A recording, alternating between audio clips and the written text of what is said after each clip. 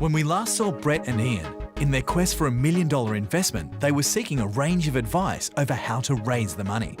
Their mentor, Barry, suggested they see a banker and a lawyer. Obviously, you'll need to talk to the banker about your funding.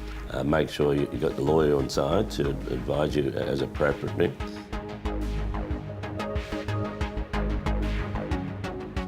When we first met Chris, not everyone thought he was doing the right thing. His board of advisors thought he should only sell off his clients if he was willing to buy a new parcel. Last week, he was challenged on that and his decision to buy again. The thing that jumped out at me initially is, why would you look to purchase a bundle of someone else's clients? They're generating a small amount of revenue simply because they're young clients. You know, they might have an income protection policy or a super policy that's got $20,000 in it. Now, they're our target market.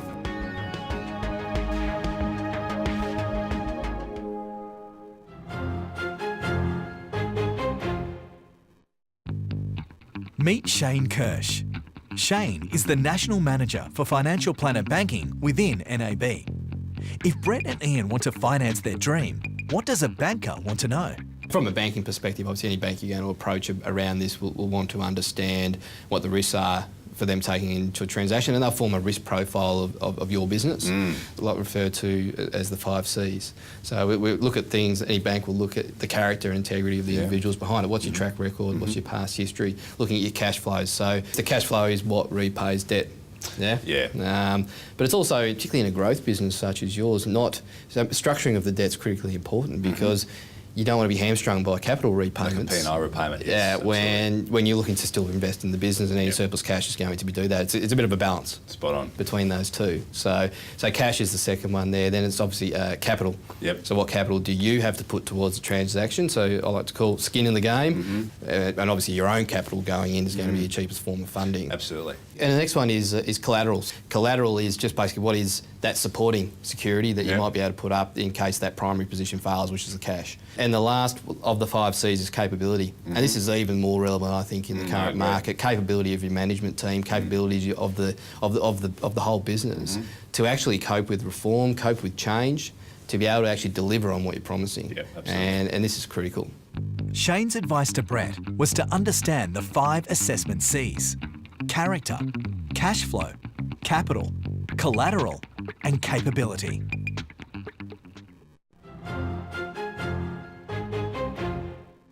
Now it's time to find out what the judges thought about the advice given today.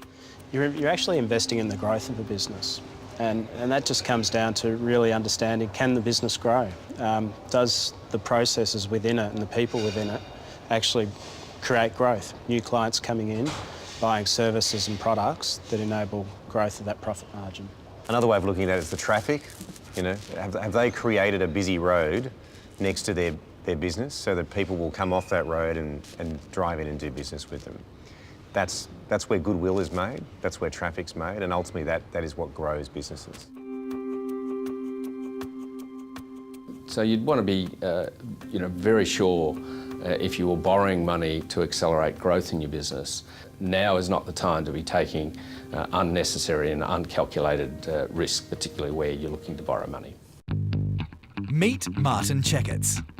Martin is a partner with Mills Oakley Lawyers, specialising in all aspects of business succession. Hi, Martin. Brett, Abikhair. I think a very important aspect for you is to give some thought up front as to how much control you are willing to cede to the investor. Oh, that's an easy one. Go on. 0. If we were to give up 20% of your company, for example, what sort of involvement would a silent investor want? From a legal perspective, if you even give 1 share to an investor, you will absolutely give them a suite of rights as a minority shareholder in your company. In terms of what they will want, that's generally regulated by the shareholders' agreement. Top of mind for me, I think, firstly, would be some good minority protection to give them a meaningful say in bigger decisions in relation to the company. I think one really important aspect from the investor's perspective is that as it currently sits, I can only imagine that the business is heavily dependent upon you guys personally. So if I were the investor, I would be looking for some robust restrictive trade obligations on both of you guys. And finally, and we touched on this already, I think if I were the investor, I would be looking for some exit mechanisms. It might be a right to what we call tag along with you if you sell your interests. So to exit my investment and to sell with you at the same price and on the same terms.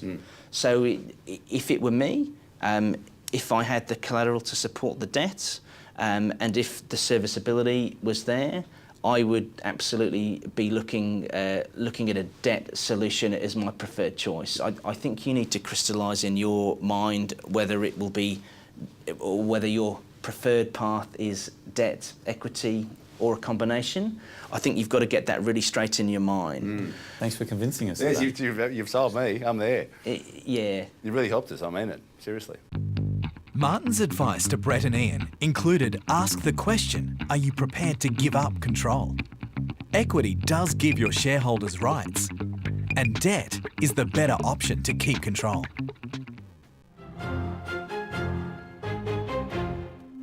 Now it's time to find out what the judges thought about the advice given today.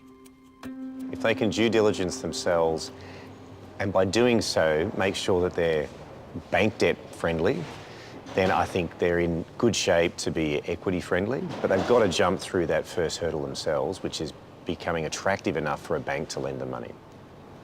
Take a critical look. Take a critical look at their business and how it works today and how it'll sort of grow over time. Meet Alan Kenyon. Alan is a director of Kenyon Partners, specialising in helping owners of financial planning practices to sell their business.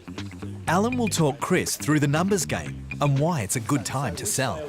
Which market do you think we should sort of focus on? Should it be the startups, the Chris Browne 6 years ago? Or should it be, you know, the Chris Browne who's looking to move into a larger financial planning practice who wants to establish equity straight away? I think you need both markets. I think depending on the profile of the clients, you could obviously go back to your dealer group. It may add some volume to some other businesses in the dealer group. The number's probably a bit light at about 100,000.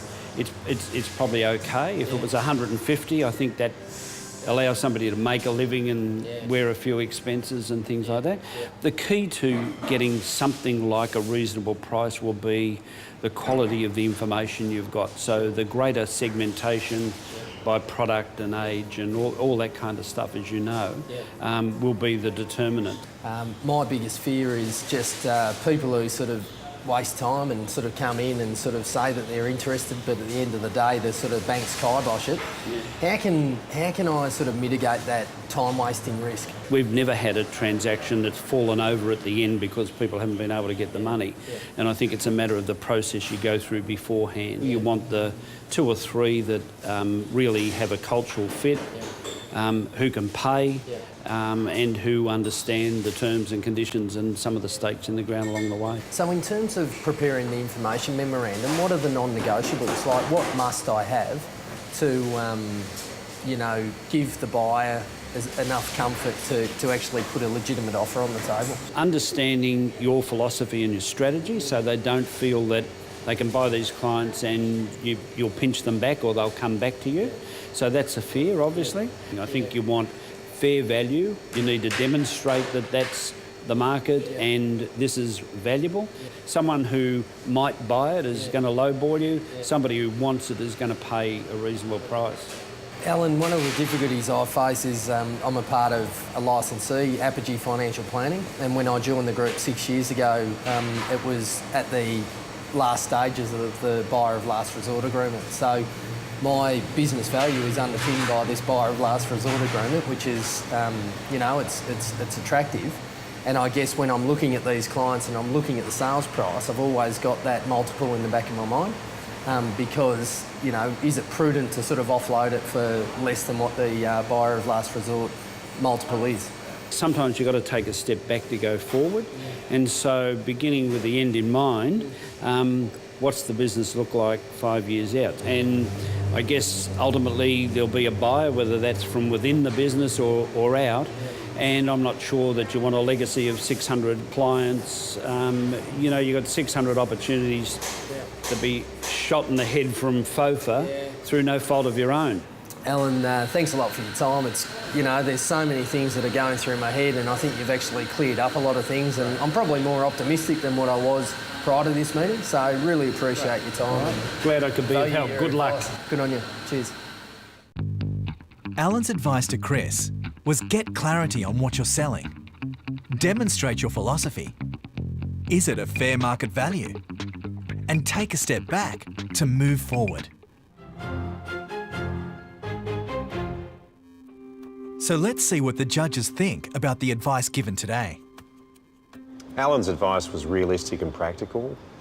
He did mention about you may well sell your Cs and Ds within a licensee, which tends to be the case in the market. Once a broker, like a real estate agent, Mark, they clinch the deal with the client, they then try to manage the expectations down. I thought that there was a bit of that. Ultimately, when you're selling Cs and Ds, it's all about the information and the data that you can supply, and that has to be easily understood and easily verifiable. Chris needs that and 100% of that data to actually come close to getting at the top end of the price range. Next week, we take a look at the risks involved for our financial advisors in changing the structure of their businesses.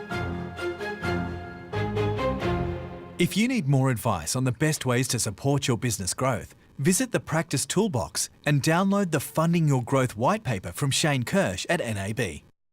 And remember, if you'd like to ask our experts a question or meet them via LinkedIn, head over to our Players page or join in the conversation by commenting on our blog.